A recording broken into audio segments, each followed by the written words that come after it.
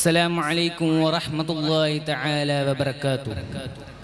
الحمد لله الصلاة والسلام على رسول الله وعلى آله وصحبه أجمعين أما بعد.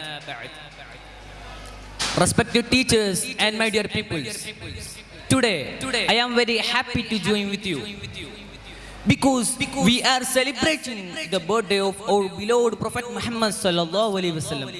So I want to share some of my thoughts on the topic Prophet of Mercy. Firstly, I praise Allah the Almighty who blessed me with this golden opportunity. Alhamdulillah ala kulli hal. Dears in Islam, I think this is the right time to think of the life of Holy Prophet Muhammad sallallahu alaihi wasallam, especially the chapter of his mercy. Allah the Almighty says in Quran, Bismillahir Rahmanir Rahim, وَمَا أَرْسَلْنَاكَ إِلَّا رَحْمَةٌ لِلْعَالَمِينَ. I have sent you only as the mercy for all the world. Prophet sallallahu alaihi wasallam was mercy not only for the human being but also the other species for all animals. He cared for the poor, the orphans and even animals. He forgave his enemies when he could have taken revenge, showing his gentility and forgive hurt. He said, the best among you are who have the best character. His character was truthfulness, kindness, patience and mercy. Prophet sallallahu alaihi wasallam him that truthfulness is the one of the most important qualities a person can have.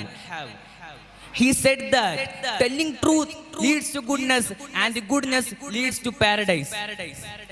A person who keeps speaking the truth will be known by God as honest and trustworthy. The Prophet Muhammad sallallahu alaihi wasallam is called Rahmatan lil Alamin, mercy for all the world, because his message for everyone, everywhere.